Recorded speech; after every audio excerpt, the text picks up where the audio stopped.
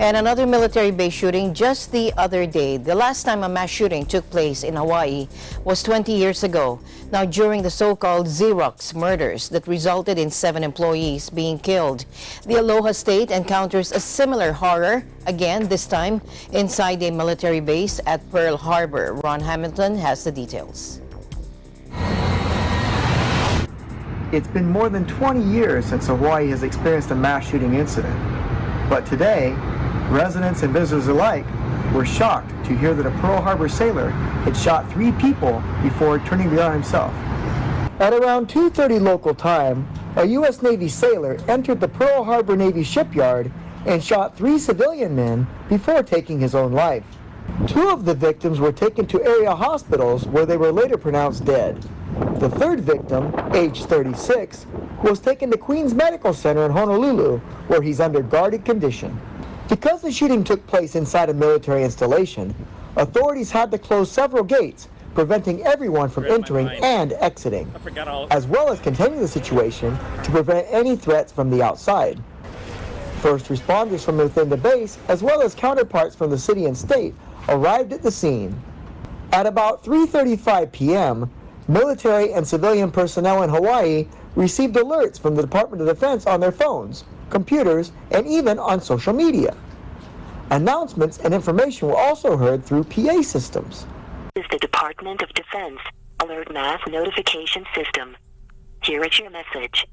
Joint Base Pearl Harbor HUCM security forces have responded to a reported shooting at the Pearl Harbor Naval Shipyard.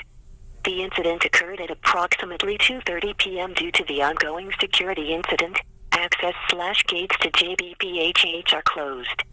We will update when we have further information. The gates were finally opened at about 4 p.m. According to the commander of Navy Region Hawaii, the alleged gunman was assigned to the submarine USS Columbia, and all 3 victims were employees of the shipyard. As of this report, neither the identities of the victims, the weapon used, nor the motive for the shooting have yet been disclosed. Honolulu resident Nicole shares her first-hand account on today's tragic event. I was on Ford Island at the USS Battleship Missouri when I heard about the incident. So we heard this alarm go off, an alarm that I've actually not heard before, and we were being ushered and rushed onto the Battleship Missouri to take cover. My initial reaction was of confusion, and I didn't really know what was happening. So apparently there was the alarm was going off and there was an announcement, but because we were on the base, helicopters were flying over and we couldn't really hear the announcements, so it was just the workers on the Battleship Missouri who were telling us to get on the ship, and we were just following instructions, actually not knowing why we were getting on the ship. The reaction of the people around me were of confusion, similar to me. Most of the people were tourists, and we just weren't sure what was happening. And it wasn't until we got onto the ship that we were told that there was an incident on the base, and that it was a lockdown, and we were safe on the ship, and we had to stay put until otherwise told. We were told that we were going to be there for a while and just to sit and relax, and they handed out water and were very helpful and kind and reassured us that everything was okay.